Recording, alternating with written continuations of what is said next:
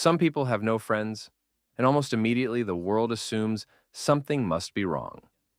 No group chats, no birthday invitations, no weekend plans. In a society that values social proof, being alone often looks like failure. But what if that assumption is wrong? We live in a world that measures worth by visibility. The louder you are, the more connected you appear. The more people around you, the more normal you seem. Popularity is often confused with happiness. But connection and noise are not the same thing. Being surrounded by people does not guarantee feeling understood. And being alone does not automatically mean being lonely. Loneliness is the pain of wanting connection and not having it. It is the feeling of missing something. But solitude is different. Solitude is chosen. It is quiet. It is calm. And for some people, it feels natural. Some individuals simply experience the world differently. They think deeply. They replay conversations in their minds. They notice small changes in tone, small details others overlook. Their minds move slower, but deeper. Because of this, surface-level conversations can feel exhausting. Small talk feels repetitive. Forced laughter feels empty. They don't want noise, they want meaning. This doesn't make them antisocial. It makes them selective. They understand that emotional energy is limited, so they don't give it away easily. They choose carefully who they trust. They prefer one real connection over many shallow ones. And sometimes, until they find that connection, they are comfortable being on their own. For some, this preference began early in life.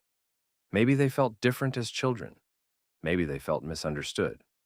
Over time, being alone became familiar, and what is familiar often feels safe.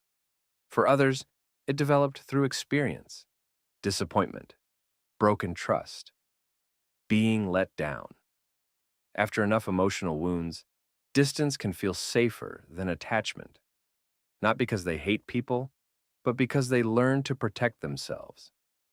Eventually, something changes. Being alone no longer feels like rejection. It feels like independence. There is stability in it, control in it, peace in it. People who spend a lot of time alone often build strong inner worlds. They reflect. They question themselves. They grow internally. They learn who they are without constant outside influence. And that requires strength. Sitting with your own thoughts is not easy.